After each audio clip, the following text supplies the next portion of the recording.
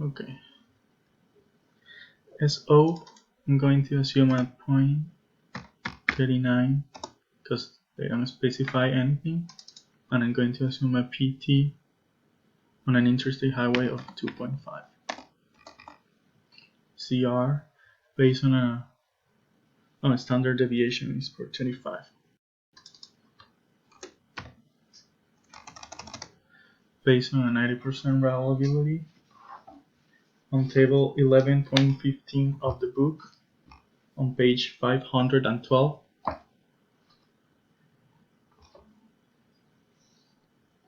Our ZR is minus 1.282. Minus 1.282 based on the table 11.15 of the book. CD if the drainage coefficient for Phoenix with a precipitation of 9. I'm going to look on the book here on table. Oh, here is 12.20.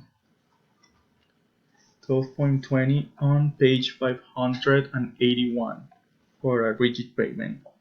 So we have a precipitation of 9.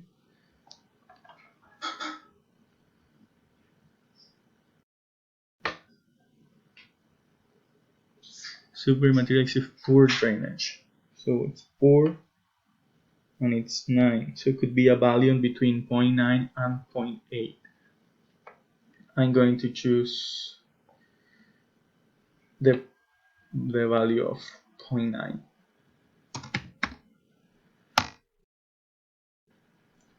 J, we find J on table 12.19 on the same page of the book, 581.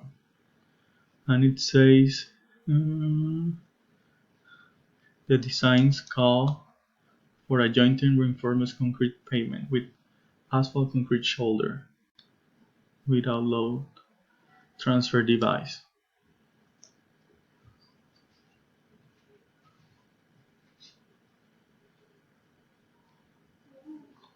So it's the first one, reinforced concrete pavement. It's asphalt, yes. So it's 3.2.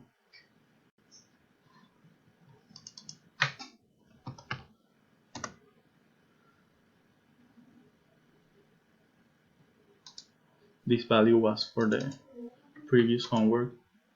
We have to find a new one using solver. I'm going to move my camera a little bit. We have an easel of 15 millions.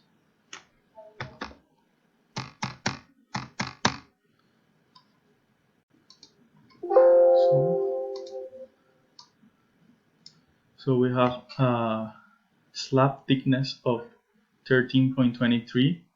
So the next minimum constructive value will be the closest quarter of an inch. So it should be 13.25.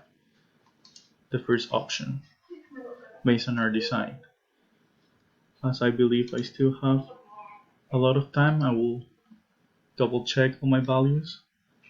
The demand is 15 million ESOL, as we mark here. The SO is 0.35 for standard deviation. The PT is 2.5 because it's interstate highway. Here, that's why it's 2.5. The concrete modulus was given here. The concrete modulus of rupture is given to 500. The effective modulus of subgrade reactions was given to 100.